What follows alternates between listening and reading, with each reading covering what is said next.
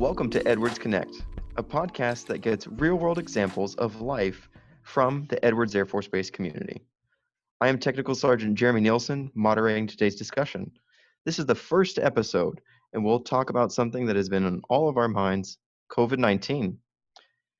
I think we can generally agree that life can be chaotic, and COVID certainly hasn't helped, but today's story will outline an example experienced by our air traffic controller community and how they addressed their new circumstances to ensure they could accomplish the test mission and stay connected. We will also have feedback from the medical community on why this was such a success. And with that, let me introduce A1C Zayas.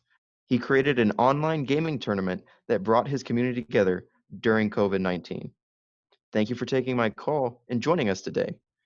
Could you tell me a little bit about yourself? Thank you, sir. I'm an air traffic controller apprentice, meaning I control aircraft with my trainer watching me, making sure I follow all the rules of the 711065, which is basically the FAA Bible, and the Edwards rules and all the Air Force rules. I am Puerto Rican, grew up in Sidra, Puerto Rico, and then moved to Orlando, Florida in 2004. I didn't have much going for me, and I always knew I wanted to be a pilot, but I needed to have a college degree. So I figured, what is the next best thing? And that's how I chose my job. I love working on cars, my yard, and love my two dogs, Ghost and Price. That's so inspiring to hear that you were able to pursue your dreams while also supporting the community and national security. This past March, when Edwards went to HPCon Charlie and minimum manning began, you got a call. Can you tell us about that? Yeah, so basically what happened was I was playing Call of Duty with my supervisor, his son. And when we were playing, we all just started having a good time. And since it was COVID, everybody was basically just not at home. Not at work. They were all at home.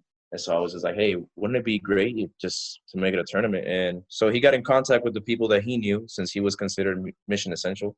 And they thought that it was a great idea, with first sergeants and superintendents, making sure everything was good. And then a team was formed after that. That's really cool. So you just took an existing way that you stayed related to your work center and you thought, why don't we just expand this? Because we obviously enjoy it and we think that everyone else would too. What kind of challenges did you face when you were trying to expand the tournament? When we were trying to expand it, the thing was that I was already put into a team with, it was a team of three, and then one first sergeant that was overlooking everything. The thing that was the biggest challenge was that the other two people decided to go on different games. So I had there was Madden, NBA, and I had Call of Duty. And so I picked it because I already know everything about it. I created my own email, everything. And the guys that had the other games of Madden and NBA, they didn't get anyone to participate. So I figured they were going to help me since they didn't get anybody. But unfortunately, I mostly just got like, hey, I can't do this today, or I'm not in the office, I can't print this out. So I just decided to do it all myself. And the most help I had was from my roommate, Nicholas Hurahan, for the flyer to get the word out. But now that I know more about public affairs and the base-wide FSS newsletter, I should have maybe talked to them. But it was definitely a fun learning experience, and we'd love to do it again. I could definitely appreciate where it gets frustrating sometimes when you try to create a cohesion and some things fall through, and then you have to make that hard decision whether you want to continue on with it or you just want to let it go. And I'm really glad that you chose to commit to it. What kind of responses did you receive from the tournament participants once you did commit and you got started? Well, everything was great. Everybody gave me great feedback. When we started, everybody was excited. Everybody was ready. A lot of practice went into it. But at the end, everybody told me that, I can improve certain things, but they still like the outcome. Obviously, it was the first one that I've ever done. It was the first time that I've even done a gaming tournament. But I was able to still raise $800. Well, not me, but the first sergeant that was overlooking us was able to raise $800 as far as prize money. And so I decided, why don't we just split that up, just only first place, second place as well. So we got 5 Bluetooth headsets for the first team and then 5 $25 gift cards for the second place winners. That's really cool. So you fundraised close to $1,000 just off of something that was already in place and you just wanted to share it with other people and expand that scope. I'm really glad that you committed to it and that it turned out so well. Have you ever thought of maybe competing professionally? I've recently learned that Air Force and all the other services have something they're calling esports, where you could actually do this. I don't know if it's actually part of your job. That'd be kind of cool if it was, but you can do this on behalf of the Air Force itself. Right, yeah, I heard about that as well. And it's just kind of like how they do the football games. So I believe it will be a part of your job just to do all of that and, game all the time, get practice. I couldn't imagine a more better job to just sit at home and game. But hopefully, as time goes on and I get good connections and I just, continue what I'm doing now, it will turn into an e-sport and it will definitely be a new thing of the generation, I guess. Absolutely. There's a lot of things that are changing, and it's good to hear that some of them can be positive so that you can pursue these kinds of efforts. Was there anything from the tournament itself or maybe interacting with other players that were good lessons learned that you think you could use if you were trying to go competitive? Well, yeah, I definitely learned a lot of lessons. And if I was to go do like professional, competitive, and everything in that sense, it would definitely be very tough. It would be a lot of hours to put in of just constant playing and getting better, developing my skills, having the right people that are going to be able to play with me at those certain times. Because that's another thing that we had kind of a challenge with was we had a British team that they were on the base, but they were able to use one of their friends from Britain, so from the UK. They were able to have him as kind of like a sixth person in case one of the five did not work out. So unfortunately, one of the five did not work out. So we had to use him, but he was on a completely different time zone. So it was definitely something that we would have to coordinate. We'd have to make sure that we were all on at the same time. And if I was to go competitive, then I would have to have people in my own time zone, I would say, just to make it perfect. But those are very strong lessons to learn, but it was definitely something that made me learn more and have more respect for the gaming community. Absolutely. And it sounds like you learned some important lessons when it comes to just basic communication and then staying connected with people and pursuing efforts that enable you to express yourself and then share that with other people. So I just want to thank you again for participating and sharing your story and helping keep Edwards connected. Your story demonstrates how staying engaged with your coworkers may be a little awkward at first, but you can truly demonstrate how rewarding it is to relate to one another. When we come back, we will welcome A1C Zayas and to discuss how organizing the tournament made him feel and how taking on this challenge had its own reward. Welcome back, A1C Zayas. Can you describe how organizing the tournament made you feel and some of the ideas that you have after you've gone through this? So physically, it was exhausting because I was a team of one and had to coordinate with people. And I also managed a Twitch account that was also a commentator for. And as the play went on, mentally, it was like air traffic, a lot of multitasking, but at the same time, it was definitely fun. Socially, it made me feel happy to have everyone together and talk smack too. It was definitely something that during the bad of COVID, there was something good in it. I definitely agree. And you always need to practice your smack talk. So I appreciate any opportunity to do that. Was taking responsibility for this effort worth the end state result?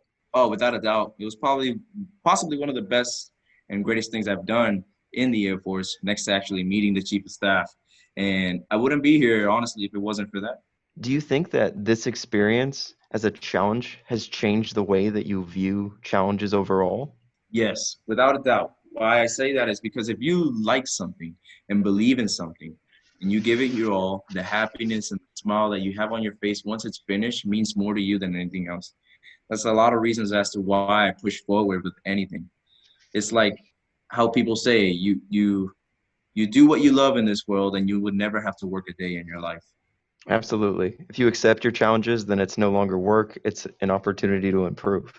Thank you so much. We'll come back in a moment to welcome our next guest and hear about Lieutenant Miller's inputs to this amazing success story.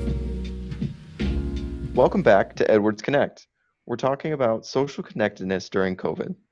Lieutenant Miller, thank you so much for joining us today. Currently, you are the bioenvironmental OIC of environmental health. What are some of your initial thoughts on Airman Zayas' stories and adaptations to COVID? Hey, thanks so much for having me. The gaming tournament is an incredibly adaptive response to this situation. In my opinion, this allowed for social gathering while still maintaining social distancing. So we've seen that the ramifications from COVID really exemplify how much of an impact the little things, such as talking smack talk, obviously I can work on mine, or that 5-minute conversation you have in the hallway, and those daily check-ins or good mornings, how much those make an impact on mental health. So, like A1C Zayas mentioned, I'm sure that getting to engage in the usual gaming situation was a huge boost to morale. So this story shows that with a little ingenuity, typical social events that can be adapted to meet health and safety standards for all are a huge boon. So remember, we're not social distancing for just your benefit, but for the benefit of all your friends and family, because the stakes are higher with this virus than any other prevalent cold or flu. I completely agree, and I do appreciate your input on the situation. Before the COVID-19 pandemic, you were already busy in operational health, but as I'm sure you can expound upon, COVID-19 probably exacerbated that. Right. So everyone in the medical group has been busy, and our flight, bioenvironmental engineering in particular, has focused a lot more on how each shop or each flight can implement PPE, personal protective equipment, and other safety measures to maintain their mission effectiveness while also staying safe and healthy. And it's an excuse to play video games, because with the PPE and everything. Right. Although I'm sure it would be harder with gloves on. That would be interesting, though, a good challenge. But anyway, if you could you tell us about the team that you have that's been supporting the base? Right. So for bioenvironmental, I think most people know us as the people who do your gas mask fit test, but there's a lot more to that. We deal with all kinds of hazards. We're a 23-member team who all work continuously to evaluate the safety and the processes and materials in the shops on base. We help those work centers find the appropriate tools and PPE to ensure their members stay safe and healthy while working in some dangerous conditions. COVID-19 adds another layer of that danger to the environment, and it's a risk we work to control. Absolutely. And it's difficult for the general community to try to interpret that information and then apply it to the way that we currently conduct our operations and try to keep our family safe at home. So as we mentioned at the beginning, you're one of the bioenvironmental element chiefs. Do you have any thoughts on how we can progress as a community under the current COVID environment? Oh man, well, we all recognize it's hard to get the same sort of social satisfaction and connection to those you care about when you're not able to all be in one place. So I think the story that Airman Zayas told us about leveraging technology and creativity to come together for online events is one of the best tools we have. So I have some other stories of how me and my friend group have come together using Zoom and other platforms.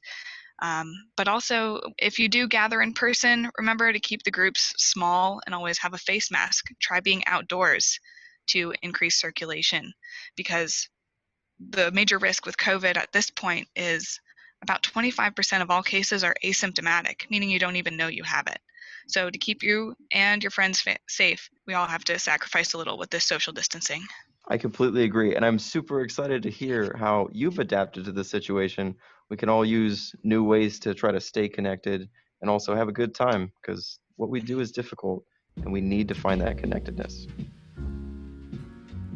Many thanks to Airman Zayas and Lieutenant Miller for sharing their stories and keeping Edwards connected. If you have a story you'd like to share or suggested topics for the next podcast, please let us know. We invite our listeners to submit their suggestions for future episodes by sending us an email at jeremy.nielsen@us.af.mil. Last name in the global, Nielsen, Neilson. First name, Jeremy, Jeremy. Thanks to all for joining us. I'm Tech Sergeant Jeremy Nielsen for Edwards Connect, signing off.